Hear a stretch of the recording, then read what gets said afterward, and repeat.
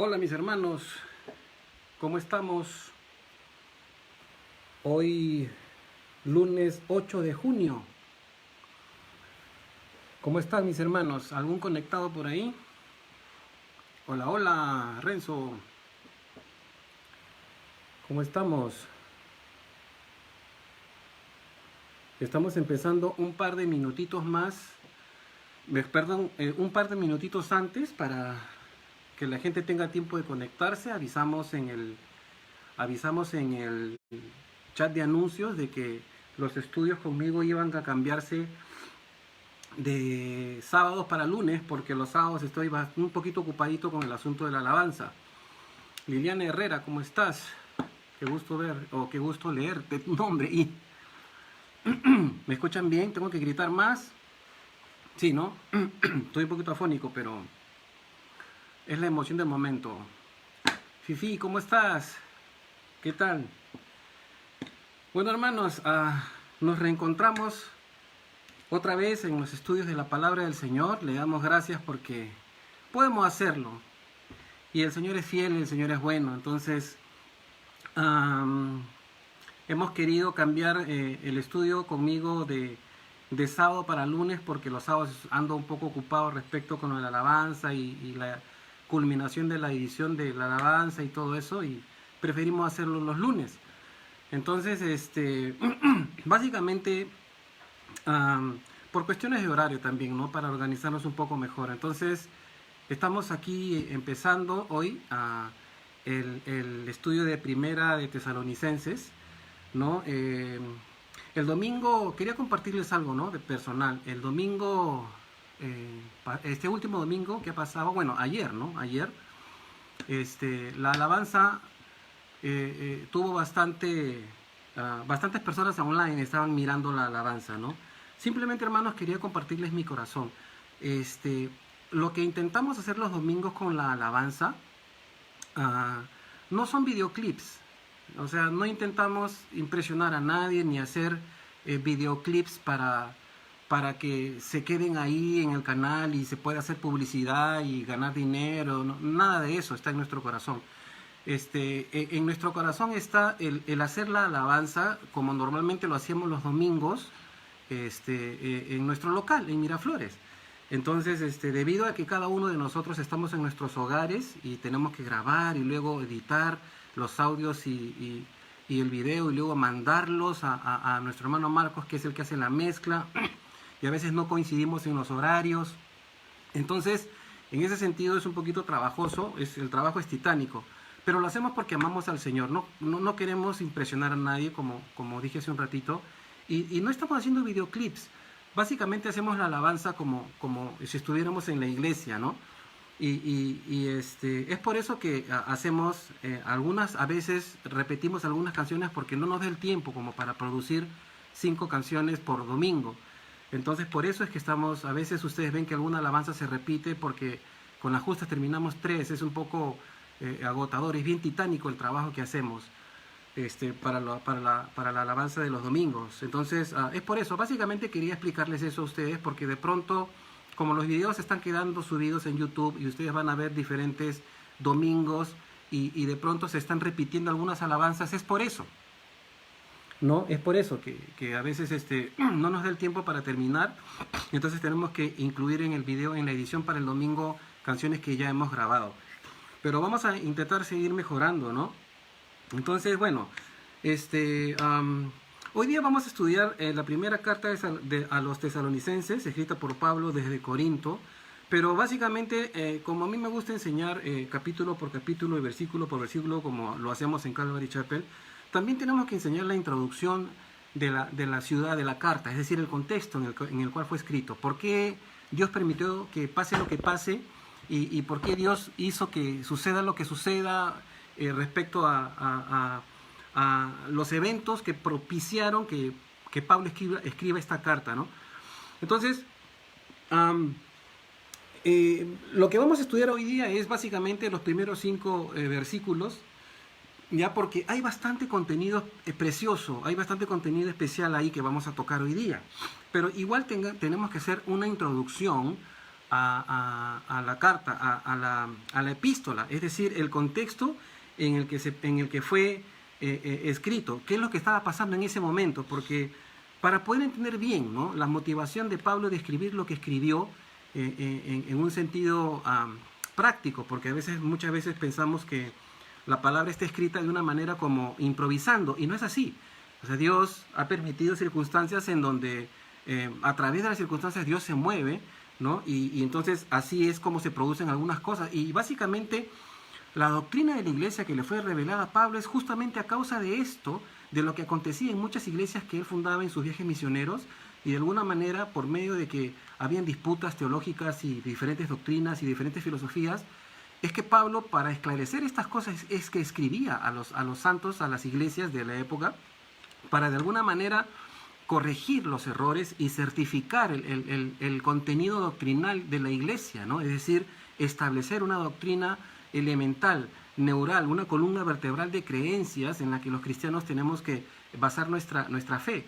Y es por eso que estudiamos el contexto en ese sentido. Entonces, bueno, primero, antes de empezar, permítame hacer una pequeña oración para que el Señor pueda bendecir su palabra, ¿sí? Santo Dios, te agradecemos hoy, Señor, porque tú estás con nosotros, Señor, porque por tu presencia, Señor, estamos unidos todos nuevamente este lunes. Y, Señor, queremos que nos hables en estos primeros versículos de Primera de Tesalonicenses, porque tú tienes preciosas joyas para nosotros, Señor. Bendice tu palabra, Señor Jesús, danos entendimiento y que pueda quedar en nuestras mentes, en nuestros corazones. Te necesitamos, Señor. Oramos por todas estas circunstancias en que estamos viviendo en nuestro país, para una pronta solución, Señor, y conforme a tus planes y tu voluntad podamos retornar, Señor, a nuestro local, a congregarnos como iglesia, Señor. Esperamos en ti y confiamos en tu provisión, Señor, en todo aspecto de nuestras vidas, Señor. Bendice tu palabra en el precioso nombre de Jesús. Amén. Entonces, hermanos, el contexto de la primera carta de Tesalónica, básicamente lo encontramos en Hechos, de capítulo 17. Entonces voy a hacer una leída rápida, no me voy a detener mucho porque son los primeros 15 versículos del capítulo 17 de Hechos, en donde indica por qué Pablo fue donde fue y todo lo que pasó. Entonces acompáñenme a Hechos 17, desde el versículo 1, y dice: pasando por Anfípolis y Apolonia, llegaron a Tesalónica, donde había una sinagoga de los judíos. Y Pablo, como acostumbraba, fue a ellos, y por 3 días reposó, discutió con ellos. Perdón, por 3 días de reposo, me equivoqué, por 3 días de reposo discutió con ellos, declarando y exponiendo por medio de las Escrituras que era necesario que el Cristo padeciese y resucitase de los muertos, y que Jesús, a quien yo os anuncio, decía él, es el Cristo. Y algunos de ellos creyeron y se juntaron con Pablo y con Silas, y de los griegos piadosos gran número, y mujeres nobles no pocas. Entonces los judíos que no creían, teniendo celos, tomaron consigo a algunos ociosos, hombres malos, y juntando una turba, alborotaron la ciudad, y asaltando la casa de Jason o Jasón, procuraban sacarlos al pueblo. Pero no hallándolos, trajeron a Jason o a Jasón a algunos de los hermanos ante las autoridades de la ciudad, gritando: estos que trastornan el mundo entero también han venido acá, y a los cuales Jasón ha recibido. Y todos estos contravienen los decretos de César, diciendo que hay otro rey, Jesús. Y alborotaron al pueblo y a las autoridades de la ciudad, oyendo estas cosas. Pero, obtenida fianza, Jason y los demás los soltaron. O sea, pagaron para que estaban en la cárcel o en la carceleta, pagaron para que los sacaran. Versículo 10. Inmediatamente los hermanos enviaron de noche a Pablo y a Silas hasta Berea, y ellos, habiendo llegado, entraron en la sinagoga de los judíos. Y estos eran más nobles que los que estaban en Tesalónica, o sea, los judíos de Berea, pues recibieron la palabra con toda solicitud, escudriñando cada día las Escrituras para ver si estas cosas eran así. Así que creyeron muchos de ellos, y mujeres griegas de distinción, y no pocos hombres. Versículo 13. Cuando los judíos de Tesalónica supieron que también en Berea era anunciada la palabra de Dios por Pablo, fueron allá y también alborotaron a las multitudes. Pero inmediatamente los hermanos enviaron a Pablo que fuese hacia el mar, y Silas y Timoteo se quedaron allí. Y los que se habían encargado de conducir a Pablo le llevaron a Atenas, y habiendo recibido orden de Silas y Timoteo de que viniesen a él lo más pronto que pudiese, salieron. Entonces, en este contexto es que Pablo llega a Tesalónica. Es importante primero discutir, por ejemplo, acerca de la ciudad de Tesalónica, ¿no? Digamos, ¿qué tipo de ciudad era Tesalónica? Tesalónica era una cosmopolita muy como, digamos, una ciudad céntrica en donde albergaba diferentes culturas y diferentes etnias, ¿no? Algo así como, digamos, Miraflores, con un barrio chino, con el barrio brasilero, y todo junto ahí compartiendo un montón de cosas. Entonces, Tesalónica era una de las principales ciudades de Macedonia, era la capital de ese entonces. Hoy se llama Salónica, ¿no? Está en Grecia, obviamente, en esa época era el Imperio Macedónico, o bueno, no el Imperio, sino la ciudad de Macedonia. Entonces se dice que originalmente el nombre se llamaba Terma y que a causa de unas aguas termales que habían allí le pusieron ese nombre, pero en el año 315 a.C. el rey Casandro le puso el nombre de su esposa, ¿no? El nombre de su esposa, que era medio hermana de Alejandro Magno. Por eso se cambió a Tesalónica, ¿no? O Salónica. Entonces, la ciudad estaba situada en el golfo que lleva su nombre, ¿no? Estaba en la ruta que conectaba a Roma, o sea, una ruta de comercio principal, donde pasaban digamos, el comercio, ¿no? de la época, como un freeway, como una carretera principal que llevaba a Roma, ¿no? Y conectaba a esta ciudad con las colonias orientales que rodeaban y llegaban hasta Bizancio. Entonces, cuando Pablo la visitó en su segundo viaje misionero, Tesalónica era una ciudad muy próspera, había mucha gente y bastante dinero. Era, como ya dije, muy cosmopolita, o sea, diferentes costumbres de diferentes países estaban convergiendo juntos. Entonces, similar a Corinto, por ejemplo, ¿no? Corinto también era una ciudad muy helénica, muy griega, de mucha elocuencia filosófica, ¿no? Entonces, podríamos decir, por ejemplo, que en Tesalónica vivían pueblos bárbaros germanos que habían traído consigo su religión pagana y su cultura también, ¿no? Estamos hablando del contexto de Tesalónica para los que recién se conectan. Entonces, también vivían allí los griegos, básicamente, ¿no? Procedentes del sur de Acaya y de las islas del mar Egeo, quienes aportaban la elegancia y la filosofía. Ustedes saben que la filosofía griega era demasiado profunda y demasiado milimétricamente ontológica. Se preocupaba mucho en las cosas inmateriales, ¿no?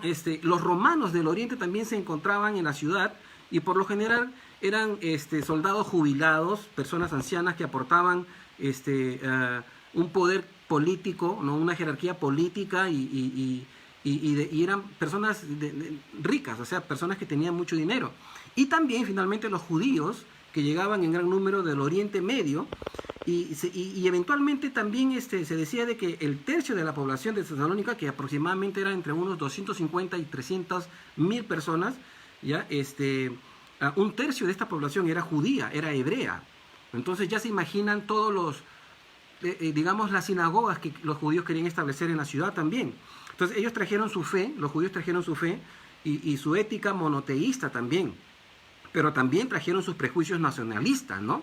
Entonces, en este contexto, cuando hemos leído Hechos, ya podemos observar que la ciudad de Tesalónica era como llegar a una ciudad en donde había de todo, diferentes culturas, diferentes costumbres, diferentes religiones, diferentes clases sociales, diferentes filosofías, pero era una ciudad muy pudiente, era una ciudad muy en donde corría bastante, digamos, bastante dinero. Entonces, en Hechos podemos ver de que algunos judíos que no creían armar un escándalo a raíz de la predicación de Pablo, ¿no es cierto? La costumbre de Pablo siempre fue primero llegar a los judíos, es decir, cuando él llegaba a alguna ciudad, iba directamente a las sinagogas, ¿ya? Para compartirles a Cristo por medio de las Escrituras. Recuerden de que las Escrituras que usaban era el Antiguo Testamento, básicamente tal vez la Septuaginta que tenían ellos ahí, y Pablo viajaba con eso y compartía en las sinagogas. Entonces, muchos judíos creían y otros no, y entraban en bronca y se peleaban con Pablo y había mucho problema. Entonces, este es el contexto en el cual llega el Evangelio a Tesalónica, ¿no es cierto? Entonces, Pablo escribe estas cartas, ¿no? Desde Corinto, ¿no es cierto? Y algunos teólogos piensan, algunos estudios dicen que escribió desde Corinto, pero que en realidad la primera carta que escribió fue segunda de Tesalonicenses y que la segunda fue primera de Tesalonicenses. No se han puesto de acuerdo en eso, pero bueno, el asunto es que están allí las dos cartas, ¿no? Entonces, como para entender el contexto de la ciudad tesalónica, que era una capital principal, ¿no? de la región de Macedonia Central, era un puerto importante, ¿no? Al norte del mar Egeo, ¿no? Y en la época del Nuevo Testamento era una capital administrativa de la provincia de Macedonia. O sea, Macedonia era una provincia romana. Acuérdense que el Imperio Romano había conquistado toda la zona hasta Jerusalén, ¿no es cierto? Entonces, era una ciudad que tenía mucha opulencia y una diversidad pluralista enorme. O sea, habían muchos templos a muchos dioses. El pluralismo era demasiado exagerado, ¿ya? Y todo el mundo creía en algún tipo de dios, o en algunas deidades, o varios dioses, ¿de acuerdo? Ahí llega el Evangelio. Entonces, varias religiones profesantes, ¿ya? Pero de alguna manera todas estas estaban subyugadas al emperador romano, al César, básicamente, ¿no? Al sistema. Entonces, la religión romana, que era encabezada por su Pontifex Maximus, porque ese era el nombre del sacerdote principal de la religión romana, era la religión madre, entre comillas, que albergaba a diferentes tipos de religiones del entorno de la ciudad de Tesalónica, ¿no? Entonces, esta religión romana con su Pontifex Maximus era la que prácticamente abrazaba y armonizaba todas las otras creencias, ¿no? Y eso me parece bastante extraño, bastante raro, ¿verdad? Porque, por ejemplo, es algo actual como lo que está pasando, ¿no? En nuestros días. El ecumenismo, entre comillas, ¿no? Es decir, juntar a todas las religiones bajo un solo nombre. Es irreconciliable, ¿no? El cristianismo no puede reconciliarse con el islamismo, es imposible. Pero bueno, como para entender de que esto viene desde bastante atrás, no solamente es desde ahora. Ahora, ¿cómo fue la obra de Pablo en este contexto? Cuando Pablo estuvo en Troas, hay que recordar que Pablo estuvo en Troas previamente y estaba enfermo. Recuerden que cayó enfermo, ¿no? Y vio en visión a un varón macedonio que le decía, ven a Macedonia y ayúdanos. Entonces es interesante. Es como que Dios ya estaba planeando que el Evangelio llegara a Tesalónica y le habla a Pablo en una visión de noche, ¿no? Y le dice, el varón, no sabemos quién es el varón que habla con Pablo, pero le dice, ven a Macedonia a ayudarnos. En este contexto, ¿no? Lucas se suma a este viaje, porque Lucas ya en Hechos ya empieza a involucrarse personalmente cuando dice nosotros, cuando hace su historia, ¿no? Cuando narra su historia. ¿Ya? Entonces, pero primero llegaron a Filipos.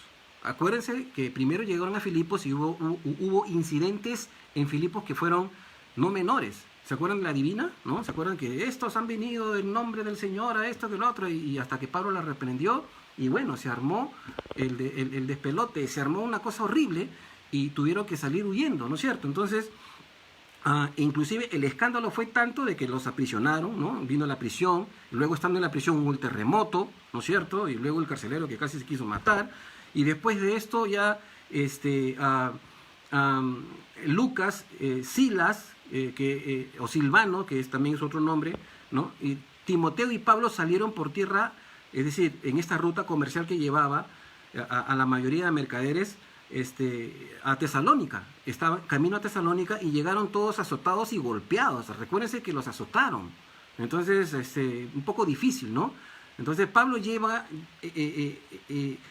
visita básicamente, cuando estaba en Filipos, digamos, en su segunda gira misionera, salta a Tesalónica, ¿no? Debido a la visión y comienza a predicar en las sinagogas. Pero no tuvo mucho éxito entre la comunidad judía, pero sin embargo logró fundar una iglesia en la que la persecución se desataría contra él en la ciudad. Y esto es interesante, ¿no? Porque a veces nosotros esperamos sembrar el evangelio en ciudades en donde son, digamos, propicias, ¿no? Normalmente cuando hacemos viajes misioneros, por ejemplo, los cristianos que hacen viajes misioneros siempre se están yendo a ciudades de pobreza, ¿no? Se van pues al Congo, a Etiopía, se van a un montón de países africanos o a la selva amazónica o a lugares en donde hay extrema pobreza para predicar el evangelio y llevar las nuevas de Cristo. Pero en el corazón del Señor no necesariamente ellos exclusivamente necesitan el evangelio. El Señor le habló a Pablo en visión diciéndole que vaya a Macedonia, que era una metrópoli pues digamos como nuestro Miraflores de ahora, ¿no? una ciudad opulenta, con muchos edificios, tal vez, no sé, pero bueno, y en ese contexto es que se da todo esto, ¿no? Entonces, a pesar de todo esto, la iglesia se fundó, Pablo empezó a compartir con hermanos, inicialmente obviamente judíos que creyeron, luego se añadieron griegos que también creyeron, y de repente de otras naciones, romanos también, y entonces se formó la comunidad. Y esta primitiva iglesia, esta iglesia que se fundó ahí, creció fuertemente. Ahora, tenemos que tener en mente lo siguiente. Pablo solo estuvo aproximadamente entre 3 semanas y un mes en Tesalónica. No pudo estar más tiempo por los alborotos, tuvo que huir a Berea y luego ya subió a Corinto. Entonces, pero sin embargo, estableció la iglesia y la dejó bien establecida. Cuando ya estuvo en Corintios, mandó a Timoteo para saber cómo estaban los hermanos, y es por eso que, teniendo la noticia de Timoteo, es que Pablo les escribe a los tesalonicenses. Entonces, todo este es el contexto del cual, ¿cómo se llama? Tenemos que entender, ¿no? Lo que estaba pasando en su momento. Entonces, para resumir las actividades de Pablo, podemos decir que Pablo visitó la ciudad en su segundo viaje misionero y se convirtieron algunos, ¿no? Pero esto produjo una persecución. Los judíos que no creyeron empezaron a molestar y tuvieron que huir. Entonces, Pablo logró algunos compañeros fieles ahí, en Tesalónica, ¿no es cierto? Y después Pablo sostuvo, siempre decía, ¿no? que él se sostenía a sí mismo, es decir, él nunca estaba yendo a una ciudad a pedir dinero, a pedir plata para la obra. Él siempre, cada vez que llegaba a un lugar, seguía haciendo lo que sabía hacer. Sabemos que Pablo tejía o confeccionaba carpas, tiendas, ¿no? No sabemos de qué estilo, pero las confeccionaba. Entonces, Pablo estaba allí, y que mientras estaba allí, él confeccionaba lo que hacía. Probablemente de repente recibía algunas donaciones de alguien de manera voluntaria, pero Pablo nunca usó o hizo uso de su autoridad apostólica para imponer un tributo o algo así como misionero. Y a veces los misioneros se equivocan, piensan que ser misionero es ser mantenidos por una iglesia, y no es así. Los misioneros son misioneros básicamente porque tienen un corazón de salir a predicar las buenas nuevas en ciudades populosas, enormes y platudas, como en las peores ciudades miserables y llenas de pobreza. Y Pablo dice, en ambos he sido ejercitado, para tener mucho y para tener poco, debido a la vida que Pablo tenía y a los viajes y las tribulaciones que experimentaba en esos viajes. Y esto hay que tenerlo en cuenta, ¿no? Como para sumar.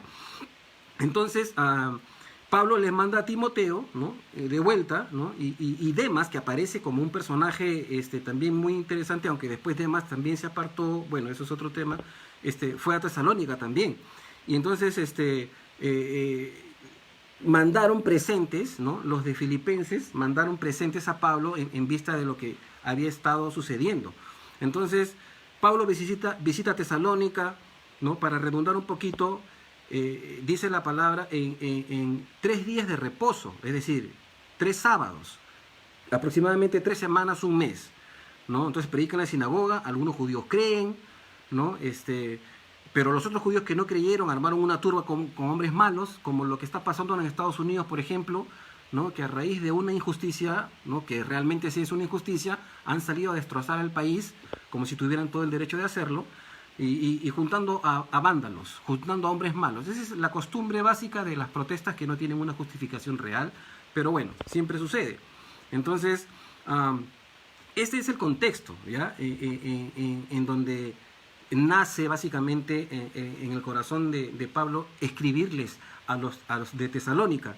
Entonces, lo que asustó a la ciudad básicamente, o a los judíos, que eran nacionalistas y monoteístas, era que Pablo predicaba que había otro rey, y que ese rey era Jesús. Y entonces, por eso que armaron todo este rollo diciendo, ellos vienen a decir que hay otro rey, que no es César, el emperador César. Y con esta argucia, con esta artimaña, querían que el gobierno apoye su incomodidad doctrinal, estos judíos malos, para expulsar a Pablo y perseguir a los hermanos de Tesalónica que habían recibido el evangelio. Entonces es importante que ni bien entra el evangelio en una ciudad, va a causar efectos, ¿ya? Va a causar efectos. Muchos van a rechazar, vamos a perder familias, hay hermanos que nos van a dejar, hay familias que nos van a dejar cuando recibimos al Señor, Y esto tenemos que tenerlo claro, porque a veces no podemos entender cuando el Señor también, como le dice a Pablo, nos dice a nosotros, cuánto me es o cuánto le es necesario entender que va a padecer por mi nombre, ¿no? Cuando Pablo fue llamado por el Señor, le dice, pues, ¿no? ¿Cómo se llama? No recuerdo el nombre. Bueno, instrumento escogido me es ¿no? Para llevar mi nombre en presencia de gentiles y de reyes, porque yo le mostraré cuánto es necesario padecer por mi nombre. Entonces, eso ya Pablo lo sabía, ¿no? Y aún así él se embarca en los viajes misioneros. Entonces, este es el contexto, básicamente, hermanos, que tenemos que tener en claro para poder entender que la relación de la iglesia en Tesalónica se mantuvo un buen tiempo conectados con Pablo, ¿no? Entonces, por ejemplo, en Hechos 19:22 leemos que Pablo volvió a enviar a Timoteo, esta vez con Erasto, que era otra persona, a Macedonia, ¿no? Y el mismo apóstol volvió a esa región más tarde. Entonces, visitó también por segunda vez, y recorrió algunas otras regiones, como visitando a algunas otras iglesias. Entonces, varios hermanos de Tesalónica se convirtieron en compañeros de viaje de Pablo, y entre ellos está Aristarco y Segundo, personajes que han servido como colaboradores de estos viajes misioneros que Pablo hacía. Entonces, poco tiempo después de la primera carta volvió a escribirles la segunda, ¿no? Al parecer por informes que había recibido en el sentido de posibles malas interpretaciones en su enseñanza sobre la venida del Señor, que básicamente es el tema central de las epístolas o de las cartas a los tesalonicenses. Ya vamos a estudiar por qué, ¿ya? Entonces, este es el contexto, ¿de acuerdo? Ya lo vimos. Ahora, en cuanto a la fecha, ¿no? Básicamente se estipula o se cree que fue escrita entre los años 52 al 54 después de Cristo. Esas son las nuevas fechas que se están manejando. Hay algunos que piensan, como dije hace un momento, que la primera carta fue segunda de Tesalonicenses y no primera. Pero no es, no es tan dramático. Las dos epístolas están escritas, ¿ya? Entonces muchos teólogos no se han puesto de acuerdo con esto, ¿de acuerdo? Pero básicamente fueron escritos entre el 52, esta primera carta, entre el 52 y el 54 después de Cristo. Entonces, sin embargo, Pablo, cuando habla en el primer versículo que ya vamos a entrar, dice Silvano y Timoteo, como que si ellos también estuvieran escribiendo con Pablo, o como que Pablo escribía conjuntamente con ellos, digámoslo así. Entonces, básicamente, el contenido de la carta, como un resumen, ¿no? El contenido de la carta es bastante personal. Pablo abre su corazón, quiere animarla a los de Tesalónica y aclarar el asunto del regreso de Cristo, porque había muchas incógnitas y muchas cosas en donde los cristianos entraban en crisis, ¿no? Sobre la venida de Cristo. Entonces, esta carta puede dividirse en dos partes. La primera parte, que son los primeros 3 capítulos, pueden hablar, o hablan, mejor dicho, de cosas personales, del corazón de Pablo y el agradecimiento por el fruto evidente que los de Tesalónica mostraron, ni bien llegó y entró el Evangelio a esa ciudad, ¿de acuerdo? Y la segunda parte básicamente es donde él ya habla de consejos pastorales, exhortaciones para vivir una vida consistente con valores reales en el reino, en el reino de Dios, ¿no? Pero también contiene un elemento muy importante, que es, como ya dije hace un rato, un elemento escatológico, que es el día del Señor, es decir, el retorno de Cristo. ¿Ya? Había en la iglesia en Tesalónica muchas incógnitas al respecto. Todo estaba fresco, ¿de acuerdo? Estaba fresco todo, la doctrina, la revelación, el testimonio de Jesucristo, estaba todo fresco. Entonces, ellos pensaban ya de alguna manera que el Señor estaba por venir en su segunda venida y no la tenían muy clara. Entonces, por eso es que Pablo está escribiendo al respecto. Entonces, para sacar un aprovechamiento de esta introducción de la primera epístola, podemos decir que, por ejemplo, debido a los problemas que hubo en torno a las especulaciones que se dieron acerca del retorno de Cristo, es que Pablo escribe y aprovecha en animarlos y consolarlos, reafirmándolos en las cosas que eran propias de un testimonio fresco como iglesia, ¿no? Es decir, muchas tribulaciones pueden producir un buen fruto, ¿no? A veces no queremos ser atribulados, pero cuando somos atribulados somos socorridos por Dios y el Señor hace que nosotros produzcamos fruto. Entonces muchas veces una problemática situación sirve para que el Señor se revele de manera en que nos instruya para conocer sus planes. Muchas veces tenemos la palabra, por ejemplo, ¿no? Tenemos la palabra Pero hay casos en donde la palabra no nos da una dirección precisa, no nos da una dirección exacta, ¿de acuerdo? Entonces, por eso tenemos que leer la palabra, pero también acompañada de la oración, porque la oración no solamente es pedir y pedir y pedir, la oración también es escuchar y a veces no hablar y esperar que el Espíritu Santo nos revele la palabra de Dios o nos dé la capacidad de aplicar la palabra que estamos buscando o estudiando para momentos en los que tenemos que tomar decisiones en nuestras vidas. Y eso es lo que básicamente sería como una conclusión para sacarle provecho a esta introducción, ¿no? Es decir, el contexto por el cual llega el Evangelio a Tesalónica, las circunstancias que se daban, el tipo de ciudad que era Tesalónica, el gentilicio que la representaba, griegos, romanos, judíos, germánicos, ¿no? Que le llamaban bárbaros en ese tiempo, que eran pues ascendientes de los alemanes, básicamente. Entonces, toda esta gente estaba allí. Llega Pablo ahí, predica en la sinagoga, los judíos dicen, algunos sí, algunos no, algunos se juntan, se convierten en otros griegos, se forma la iglesia, los judíos picones dicen no, este está enseñando doctrinas, que hay otro rey que no es César, se arma un alboroto y tienen que salir. En resumen es así, eso fue lo que pasó, pero me llama la atención sobre todo eso, que Pablo tuvo en visión a un varón macedonio que le decía, ven y ayúdanos.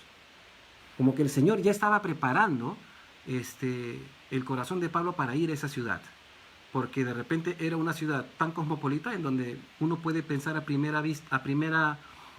primera impresión que bueno, acá es muy difícil sembrar el evangelio, porque hay mucha gente platuda, pero no, el evangelio entró y se formó una iglesia fuerte, y Pablo en las cartas empieza incluso a manifestar que ellos habían sido bien sembrados y que estaban dando fruto, ¿no es cierto?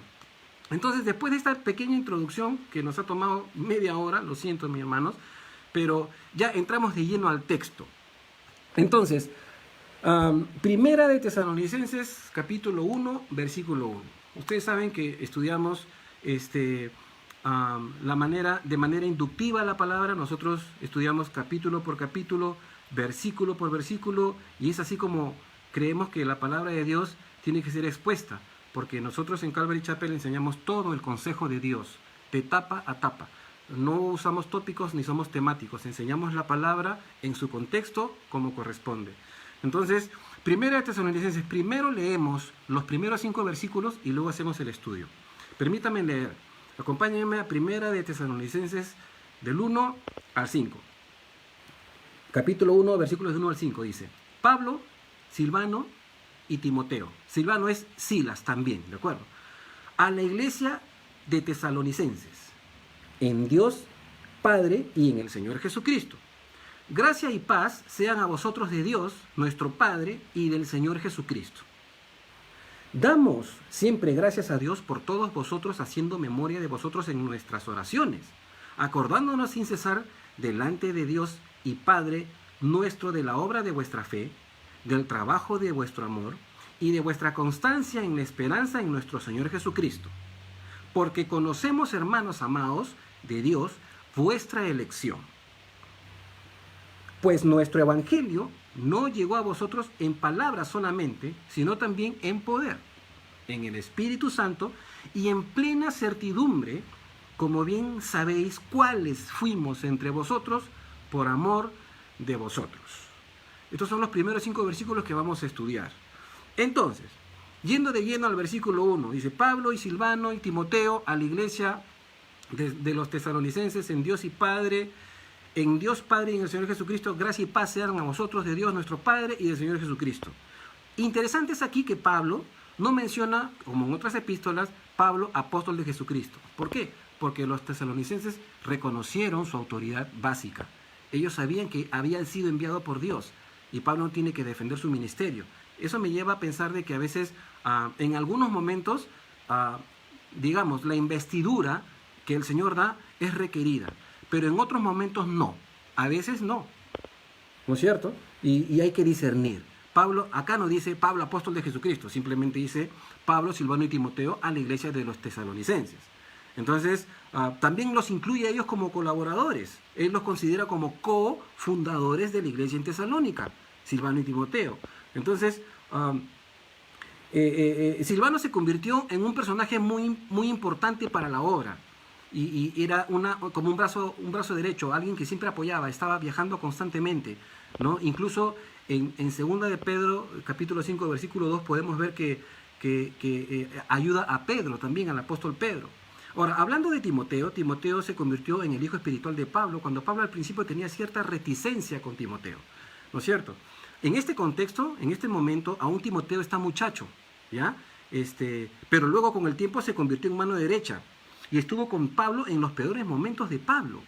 Esto es interesante notarlo. Entonces Pablo, después con el tiempo, cuando ya Timoteo aprendió el trabajo y vio toda la obra, es interesante que Pablo lo puso como pastor regional por su desempeño y su fidelidad a Timoteo.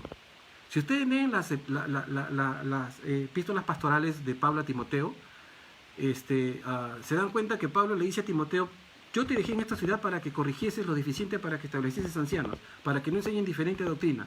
¿No es cierto? Que nadie menosprecie tu juventud. Exhorta, reprende. Aléjate de los cuentos y de las fábulas de viejas y etcétera. Empieza a darle indicaciones porque Timoteo se convirtió como un pastor de pastores.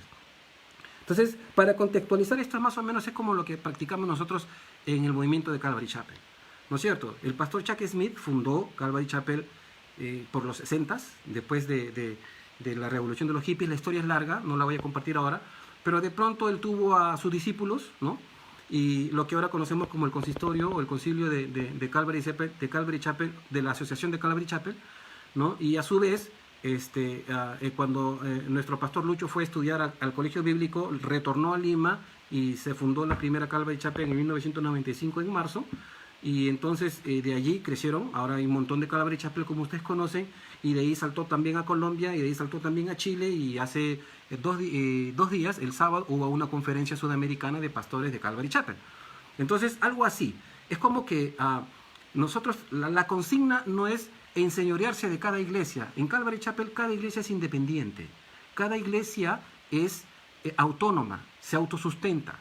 ¿De acuerdo? Y nadie está por sobre el pastor toma todas las decisiones bajo su responsabilidad. El pastor puede tener copastores o puede tener ancianos, pero la última palabra la tiene el pastor. Creemos en el modelo bíblico del Antiguo Testamento en el caso de Moisés y el pueblo, ¿de acuerdo? No somos presbiterianos, ¿de acuerdo? Pero tenemos este ejemplo así, ¿no? Es como que cuando Pablo ya vio que Timoteo estaba preparado, lo puso como pastor regional y él supervisaba sin controlar mucho, simplemente era como lo que hacemos ahora los pastores en Calvary Chapel. Tenemos un chat de coinonía en donde discutimos o conversamos o compartimos algunas cosas que son de edificación, ¿no? Entonces, Timoteo posiblemente haya tenido, y esto es importante notar, Timoteo posiblemente haya tenido un estigma, una marca difícil de superar. ¿Y cuál era esta marca? Que era de padre griego. Entonces, para un judío los griegos eran considerados como perros. Entonces, cuando Timoteo quería con Pablo entrar a alguna sinagoga, era problema, era difícil, ¿no? Es como que ahorita, por ejemplo, un pastor ingrese al Congreso y su mano derecha haya sido un excarcelario, alguien que acaba de salir de la cárcel. No van a tener, no es una buena credencial, entre comillas, pero más o menos algo así, como un paralelo, un ejemplo. Ahora, continuando con el versículo, cuando dice en Dios Padre y en el Señor Jesucristo, es interesante que Pablo aquí introduce a los tesalonicenses dentro de la familia de Dios. Y al decir esto, acaba con las diferencias étnicas. Ya no hay judío, ni griego, ni gentil, ni esclavo, ni libre, ni nada. Todos somos hermanos en Dios y en Cristo Jesús. Por eso él dice bien claro, en Dios Padre y en el Señor Jesucristo. Ahora todos somos hermanos.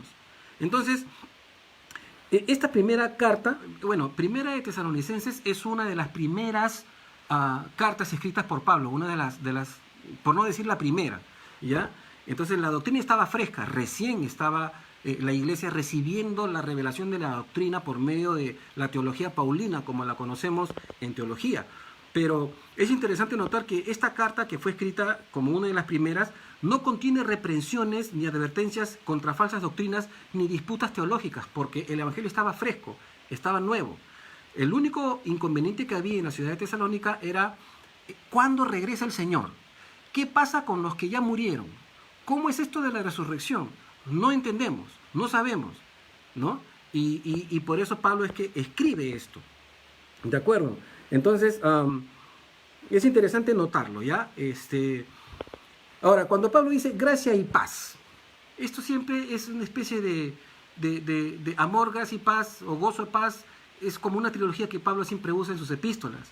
Entonces, escuchando al pastor Chuck, él cuenta, ¿no? Que, por ejemplo, él no sentía paz, ¿no? Al pastor Chuck Smith, ¿no? Él cuenta que él no sentía paz de Dios, pues no había entendido bien la gracia de Dios. Él no había entendido muy bien la gracia de Dios. Entonces, él se relacionaba, él cuenta así, el pastor Chuck cuenta que él se relacionaba con Dios de una manera legal, cumpliendo con todos los requerimientos que un cristiano debe de cumplir, ¿no? Como militarizado, digámoslo así. Pero una vez que él experimentó la gracia de Dios, pudo entender la total seguridad de su salvación, que no tenía nada que ver con él, ¿no es cierto? Porque antes de eso él andaba titubeando. ¿Soy salvo? ¿No soy salvo? No sé qué hacer, ¿no? Como cualquier cristiano que recién se convierte. Se convierte, recibe al Señor, un pecadito por ahí y piensa que ya perdió la salvación. Pero la gracia de Dios no tiene nada que ver contigo. Está en el corazón de Dios. Uno no puede hacer ni mucho, ni más, ni poco, ni menos para que Dios tenga gracia por uno. Es así, simple, es parte de su naturaleza. Ahora, muchos cristianos viven sus vidas de esa manera. Tienen una relación constitucional, legal, pragmática, militarizada con Dios. No comprenden que Dios puede llorar con ellos, suspirar con ellos, cantar con ellos, que hasta puede reírse con ellos, ¿no? Para ellos, Dios es un Dios, un gobernador distante.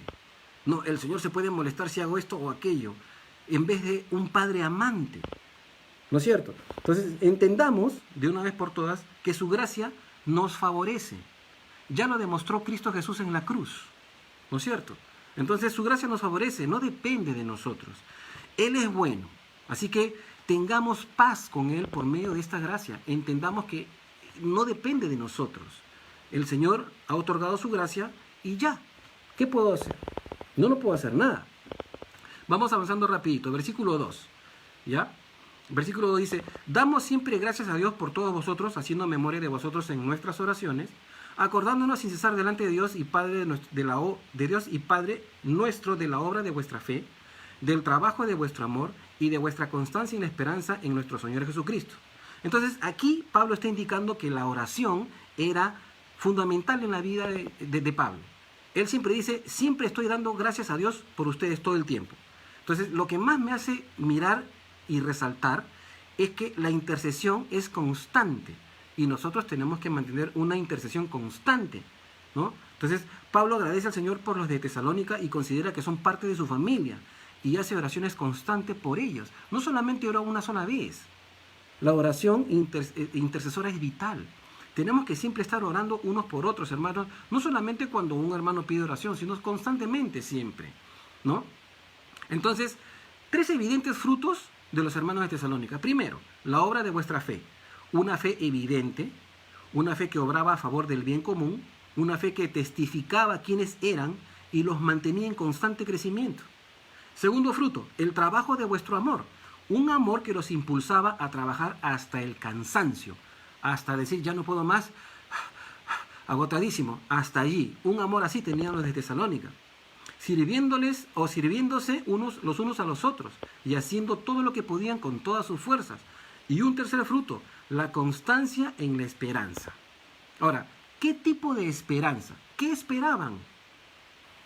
El hecho de creer que Jesús retornaba pronto los mantenía constantes en la vida de iglesia, obrando en fe y mostrando amor con hechos y no solo con palabras. Esperar en Dios, hermanos, es capital. No te apresures, no nos apresuremos. A veces oramos y queremos que Dios actúe en nuestro tiempo. Como decía el pastor Chuck, a veces, ok, Señor, te doy hasta el sábado para que tú me hagas esto que te estoy pidiendo. Y no estamos acostumbrados a esperar en Dios de Dios. Pero es importante, tenemos que esperar en Dios.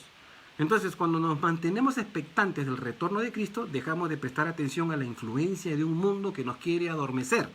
El mundo nos quiere seducir, nos quiere cautivar, nos quiere trastocar, trastornar. Ahora, es evidente que los hechos actuales y los hechos históricos evidencian que Jesús está a las puertas, ¿no es cierto? Y tenemos que prepararnos. Bueno, en un sentido, si ya el Señor viene, puede llegar, ¿qué hora es? Ahorita son exactamente 5:43. El Señor puede llegar en 2 segundos, o en 2 minutos, o en 2 años, o en 20. Pero va a venir. Entonces, mientras tanto, continuemos con esa esperanza y esa perseverancia, que es otra de la traducción que se puede aplicar ahí. Cuidémonos unos a otros, oremos unos por otros. Pero no solo cuando pedimos oración, oremos siempre. Oremos por los hermanos, oremos por los pastores, oremos por las iglesias. No nos cansemos de orar por quienes conocemos que no conocen al Señor. Versículo 4. Y aquí nos vamos a detener un poquito, espero me dé el tiempo. Versículo 4 dice, porque conocemos, hermanos amados de Dios, vuestra elección. Ahora, esta palabrita, ¿ya? Elección, ha causado que el mundo se divida en no sé cuántos pedazos. Ha causado conflictos terribles y divisiones teológicas, ¿no? El estudio de la palabra es básicamente como sigue. Elección viene del griego que se escribe eklogé, ek con K, eklogé, ¿ya? Que significa básicamente selección, escoger o elección, ¿de acuerdo? Ahora, a su vez, esto viene de una raíz que tiene una voz media, es decir, dos palabras que conforman una voz media, es decir, una preposición más un verbo, que se lee eklegomai o eklegomai, ¿ok? Que básicamente significa seleccionar, escoger, elegir. Eso es lo que significa eklegomai o eklegomai, ¿de acuerdo? Ahora, esta palabra eklegomai, que es la voz media de esta palabra eklogé, de donde se traduce elección, está compuesta por una preposición que significa ek o ex, ¿ya? Que denota origen del punto en donde se procede el movimiento, o sea, de, fuera, de lugar, tiempo o causa. Esto es lo que significa ek, básicamente. Estoy leyendo la concordancia Strong. Y luego el verbo lego, que significa colocar delante, significa explicar, hablar, llamar, mandar, afirmar, añadir, decir, poner, referir, repetir, responder, etc. Entonces, esta palabra elección básicamente ha causado una discordia terrible y una división teológica. Pero no entremos en dramas. ¿Por qué? Porque es fácil de entenderla, hermanos. La elección de Dios está basada en la persona de Jesucristo. No está basada en quién es quién. Porque Dios conoce que todos podemos fallarle en algún momento. Y por eso la gracia es gracia. No depende de lo que hagamos. Entonces, la elección está basada en la persona de Jesucristo. Lean Juan 6:26. No lo quiero leer ahorita porque no me queda mucho tiempo. Todos aquellos que reciban a Cristo como Salvador y acepten al Señor como su Señor de manera racional y voluntaria, son elegibles para que en ellos se manifieste el poder del Espíritu Santo. De esta manera se hace evidente que Dios los elige, pues los hace nacer de nuevo para que estén en Cristo. ¿De acuerdo? Entonces, la elección es un tema muy amplio. Y este tema ha puesto a muchos de cabeza y ha creado dos posiciones teológicas que son irreconciliables. Están en contraposición la soberanía y el decreto de Dios con el albedrío y la voluntad del hombre. Algunos creen que Dios no podría ser soberano si el hombre es libre. Es un absurdo conceptual tener esta mentalidad. Creer que si yo soy libre o espontáneo, entonces Dios deja de ser soberano. No tiene ni pies ni cabeza. Dios es soberano por sobre toda criatura con libre albedrío, igual. Muchos confunden el conocimiento previo de Dios, lo que llamamos omnisciencia, con la volición de Dios, es decir, el acto de ejercer voluntad en algo que ya es sabido de antemano. Dios puede conocerlo todo, Él es ubicuo al tiempo y está fuera de él, pero puede también no ejercer volición o voluntad en ese conocimiento previo si así lo desea. Para no entrar en trompo les pongo un ejemplo. Supongamos que soy soltero y estoy enamorado de una chica. Y yo lo pienso, pero nunca se lo digo. Y la chica muere. La chica nunca supo que yo la amé, pero en mi corazón yo siempre la amé. Ella murió sin saberlo, porque yo no se lo dije. Tuve la voluntad, tuve el conocimiento de ese amor, pero no se lo dije. Entonces la chica puede haber muerto pensando, Iván nunca me amó. O Iván sí me amó, no lo sabe. Pero yo sí sé que la amé, aunque no actué. Entonces es como que Dios deja que los eventos sucedan y permite que sucedan desastres, pero no los ordena. Es básicamente, Él conoce lo que va a pasar, ¿de acuerdo? Él es ubicuo al tiempo, pero a veces ejerce volición o voluntad en algunos eventos y a veces no. Se abstiene, ¿de acuerdo? Entonces, existe una, o debería existir una perfecta armonía entre Dios y el hombre, siempre y cuando ambos estén de acuerdo. Para esto vino Cristo, para reconciliar al hombre con Dios. Todos los intentos de Dios de atraer al pueblo de Israel hacia sí mismo refleja que Dios desea amor voluntario. Si no fuera así, Él sería un lunático tratando de recibir un amor genuino de alguien a quien Él mismo ha programado y luego engañar al hombre diciéndole que puede escoger amarlo. Deuteronomio 30, 19. Pongo delante de ti la bendición y la maldición. Escoge pues. Sería una falacia o una broma si Dios nos dice a nosotros, escoge, cuando en realidad no tienes la capacidad de escoger. Sería absurdo, nos estaría engañando. ¿De acuerdo? Entonces, muchos versículos de la Biblia demuestran este concepto. Por ejemplo, un ejemplo de esto está en Génesis. ¿Ya? Quiero avanzar rapidito. En Génesis 22:12, la frase que Dios dice a Abraham, ahora conozco. Cuando Abraham está a punto de matar al muchacho, Dios le dice, no lo hagas, porque ahora conozco que temes a Dios. Ok, ¿que antes no lo sabía? ¿Qué pasó? La frase en hebreo es Yadá Atá. Ok, ¿qué significa Yadá? Yadá significa conocer, ¿no? Usando una gran variedad en todo el sentido, tiene eufemismos incluso, significa observación, cuidado, reconocimiento, ¿no? Comprender, concernir, conocer, conocimiento. Y atá, que es la otra palabra, significa ahora, al instante. Así que, de aquí en adelante, desde ahora, entonces, porque ahora, porque ya. Es decir, Dios sabía que Abraham iba a sacrificar a su hijo, pero no intervino en el deseo de no sacrificarlo. O sea, cuando Abraham fue a matar al hijo, lo iba a matar de verdad, pero Dios le dijo, no lo hagas. Recién ahora estoy comprobando que sí puedes obedecer por encima de la contradicción. Y esto es muy importante, porque esto demuestra la individualidad de cada ser humano. Dios te puede seducir, pero tú puedes decir no. ¿Significa esto que Dios no sabía si Abraham mataría a su hijo o no? Por supuesto que sí. Dios lo supo siempre, pero él no intervino. Dios dejó que Abraham fuera hasta el monte y ofreciera a su hijo, ¿no es cierto? Dejó que Abraham muestre obediencia aún por encima de lo irrazonable. Recuerden que era su único hijo en el que estaba toda su descendencia. Entonces, Dios le dice que ha comprobado que Abraham es obediente. Y a razón de eso, Dios hace un juramento. Lean Génesis 22:16. Entonces, la elección de Dios, debido a que no se basa en mérito alguno de algún humano, pues ningún humano puede garantizar fidelidad, incluyendo a los ángeles, que los ángeles también se rebelaron contra Dios, está basada esta elección en la persona de Jesucristo. El Verbo eterno, en la persona de Cristo, coloca a cada ser humano bajo la elección o la elegibilidad de la bendición de Dios. Dios no ha predestinado por nombre a nadie para el cielo ni para el infierno. ¿De acuerdo? Él conoce quiénes van a rechazar o aceptar. No existe el decreto terrible del cual algunos enseñan. Es terrible atribuir a Dios la naturaleza del mal. Entonces muchos interpretan la soberanía de Dios de contextos fuera de contexto. Presuponen que Dios decreta todo cuanto sucede y eso hace que Dios sea el autor del pecado. Entonces eso es antibíblico.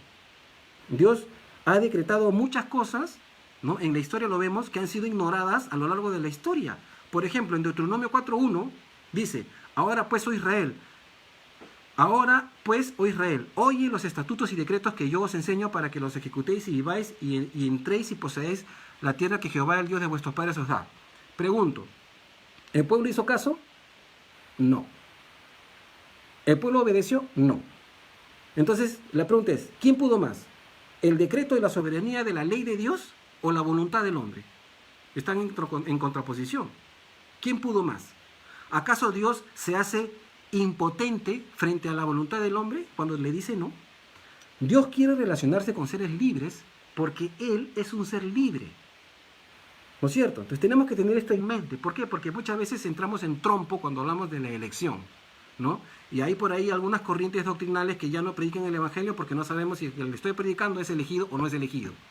Y hay muchos suicidios, porque hay muchos que haciendo muchas obras de parte de Dios, en el fondo se dieron cuenta que no eran elegidos y su vida fue un sueño, una mentira. Entonces tenemos que tenerlo claro.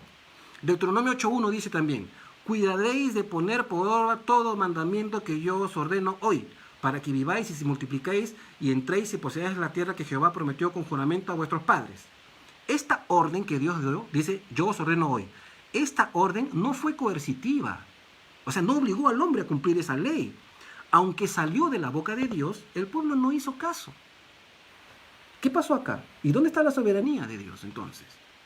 Dios no deja de ser soberano cuando el hombre resiste o rechaza al Espíritu Santo, como Jesús o como Esteban lo dijo: vosotros siempre resistís al Espíritu Santo antes de que lo maten. ¿No es cierto? Entonces, esto no anula la ley de Dios. El hecho de que el hombre la niegue o no obedezca a la ley no anula la ley de Dios. Dios es todopoderoso, incluso por encima de las variables de la voluntad humana. Repito, Dios es todopoderoso incluso por encima de las variables de la voluntad humana. Si Él programara sobrenaturalmente o soberanamente cada decisión humana, no sería todopoderoso. Sería megalómano, sería autoritario y sería un ególatra. Tenemos que pensar en esto. El Espíritu Santo puede ser resistido.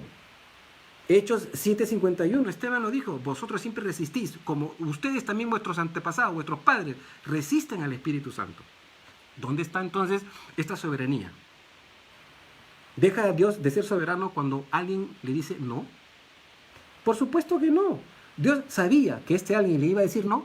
Por supuesto que lo sabía. Pero justamente, legítimamente, le da la libertad de decirle no para que por su propia responsabilidad pueda ser juzgado por sus obras.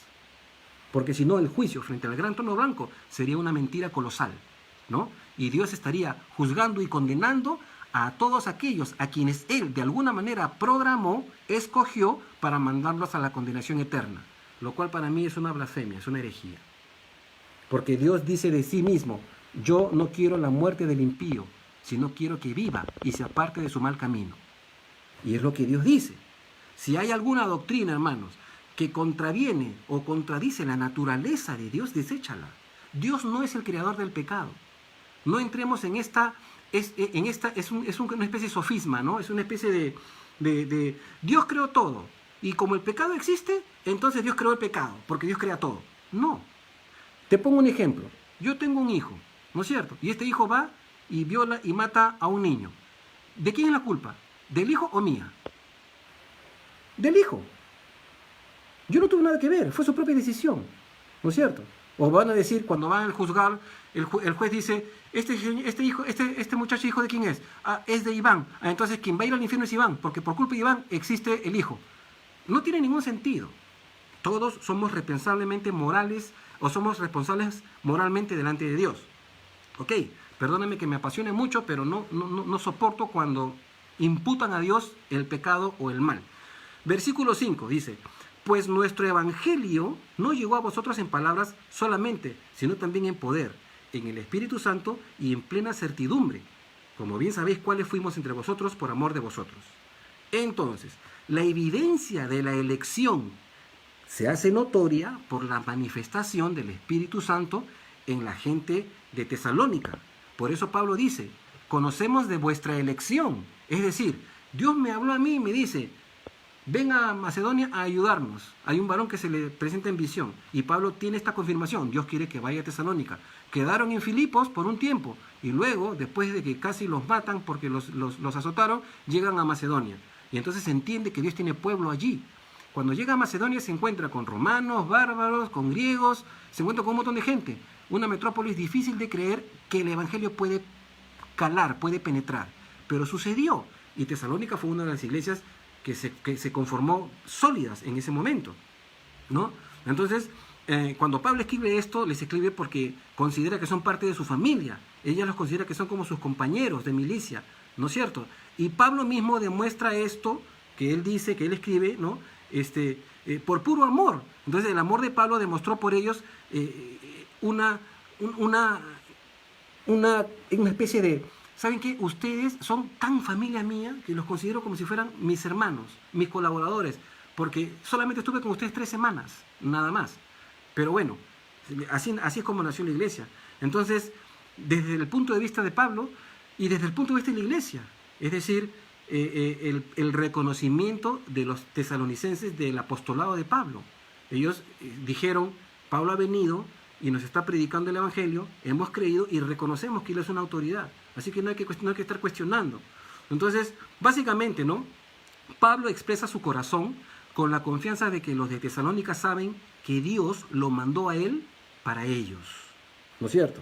Dios nos ha mandado a este siervo, se llama Pablo, ha venido con Silvano o Silas y ha venido con este muchacho Timoteo. ¿Qué hacemos con ellos? Los escuchamos, vamos a ver qué pasa, ¿no? A pesar de eso, ¿ya? A pesar de solo haber estado con ellos 3 semanas o casi un mes, pudieron desarrollar una íntima comunión con Pablo, Silas y Timoteo, o sea, la iglesia tesalónica. Entonces, esto refleja lo siguiente, hermanos, la humildad y la sinceridad de establecer relaciones de calidad perdurables. Es importante esta parte, ¿no? Porque a veces cuando conformamos o estamos en la iglesia, a veces somos un poco fríos. Yo sé que en las preocupaciones personales, familiares, de salud, lo que fuera, de alguna manera nos mantienen exhortos de poder tener compañerismo entre hermanos. Pero ahora que estamos en esta cuarentena, es como que el Señor nos está revelando cuántos nos necesitamos unos a otros, ¿no? Y es importante que discernamos estas cosas, ¿no? Entonces, esto nos anima a la constante oración por lo que conocemos y oración también con acción, ¿no?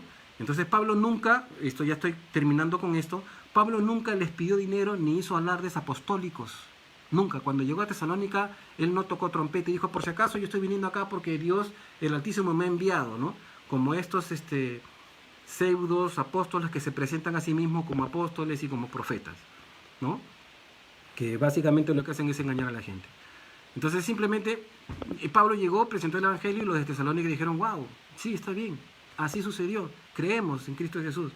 Pero ya vamos a desarrollar más adelante, tenían una incógnita, y esa incógnita era, ¿cuándo viene el Señor? ¿Qué va a pasar con los que ya murieron?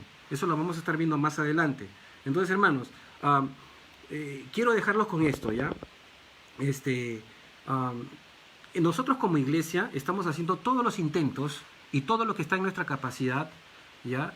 Para mantenernos juntos. Estamos desarrollando actividades virtuales, estamos haciendo bastantes cosas, ¿no? El cuerpo pastoral, el pastor Lucho, que es el pastor principal de todos nosotros, estamos acordando muchas cosas, estamos haciendo varias cosas, pero necesitamos de sus oraciones, hermanos, para sabiduría. Necesitamos que el Señor nos dé la capacidad para discernir los tiempos y la buena administración de las cosas. Estamos orando para una pronta recuperación de todas las cosas que se están perdiendo respecto a esta cuarentena, a esta pandemia. Entonces, hermanos, no dejen de orar por nuestra iglesia. Nosotros oramos aquí en casa y esta carta, de alguna manera, o estos versículos introductorios nos dicen que tenemos que tener y mantener oración constante por todas las cosas que se hacen en la iglesia, ¿no? Porque nos necesitamos unos a otros, ya que no podemos estar conectados todos los días o todo el día, ¿no? Necesitamos mucha oración, ¿no? Y por eso también les agradecemos a ustedes la paciencia que están teniendo de estar en cada estudio, ¿no? Mañana el pastor Fernando va a estar enseñando, continuando con Apocalipsis. El miércoles creo que hay reunión de oración a las 5. El jueves el pastor Lucho está con Samuel. El mismo jueves creo que más tarde están los jóvenes, los muchachos, solo los muchachos a las 7:30 o 7. El viernes está el grupo de jóvenes juntos con el pastor Fernando. El sábado de la mañana, a las 7 de la mañana, está el desayuno de caballeros. Y a las 7 de la noche está el estudio de las chicas con nuestra hermana Luisa Carranza. Y bueno, el domingo estamos con ustedes con la alabanza, ¿no? y la prédica de nuestro pastor. Hermanos, simplemente agradecerles por su paciencia. Me extendí 2 minutos más, son 6:02, perdónenme. Muy apasionado esta palabrita, la elección, que a algunos los tiene medio locos. Espero que en el transcurso de la carta aclaremos algunos de estos conceptos también. en el transcurso del estudio de la carta, quiero decir. Permítame despedirme con una oración. Padre Celestial, te agradecemos porque estás entre nosotros y te mueves entre nosotros. Aunque no estamos juntos, sabemos que tú estás visitando a cada uno de nuestros hermanos de nuestra iglesia, Señor. Oramos por Gracia Calvary Chapel, por todas sus necesidades, Señor. Oramos por cada familia que la compone. Oramos para que tú puedas suplir cualquier necesidad que esté pasando en este momento, si es financiera o si es de salud, Señor. Oramos por nuestro local, Padre Celestial, por nuestros equipos, por todas las cosas que se invirtieron y se han comprado para que no se malogren, Señor, porque a veces el desuso hace de que los equipos no funcionen bien, y seguimos orando por tu provisión, Señor. Creemos en Calvary Chapel que donde tú guías, tú provees. Y por eso, Señor, te agradecemos, porque sabemos que tú estás con nosotros, Señor, en este tiempo de aislamiento social, Señor. Te agradecemos por tu palabra, Señor, y permite que todo lo que hemos visto ahora, Señor, se quede grabado en nuestra mente. En el precioso nombre de Jesús oramos, Señor. Amén. Bueno, hermanos, muchas gracias. Gracias por vuestra paciencia y simplemente agradecerles a ustedes. Y entonces nos estamos viendo mañana con el pastor Fernando y conmigo hasta el próximo lunes, que continuamos con los versículos siguientes del capítulo 1 y tal vez en la introducción o algunos versículos del capítulo 2 de Tesalonicenses. Dios los bendiga, hermanos. Bendiciones. Hasta luego.